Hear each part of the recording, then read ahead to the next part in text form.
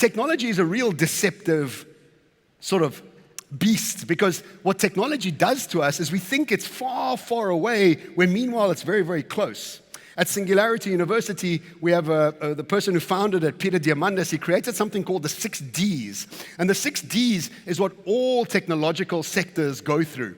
And all all sectors become digitized. Once they become digitized, they become dematerialized, meaning they move into thin air. And once they move into thin air, they become dematerialized, and they move into something called the deceptive phase. And the deceptive phase is when all the technology is bubbling under in tech labs, innovation labs, all around the world, getting cheaper, faster, and quicker. And all of a sudden, when that technology pops out on the other side, it totally democratizes, demonetizes, and disrupts that whole industry.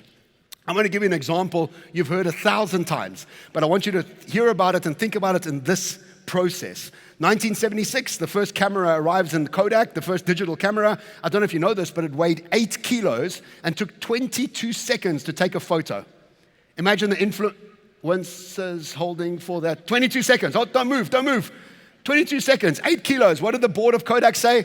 Get that crap out of here. That's never going to work. Went out. What happened to it? Went into deceptive. Bubble, bubble, bubble, bubble, bubble. Pops up 20 years later, Fuji, Kodak, gone. This happens to sector after sector after sector, and what we do is we ignore it. Why? Because we caught up into yesterday's ideas. We triggered emotionally into ideas that don't want us to think about these things, because I'm already so busy, I don't have time to think about all these things.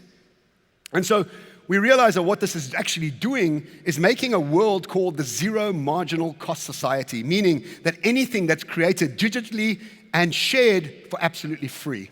Let me ask you a quick question here. How many photos do you think we have amongst us here?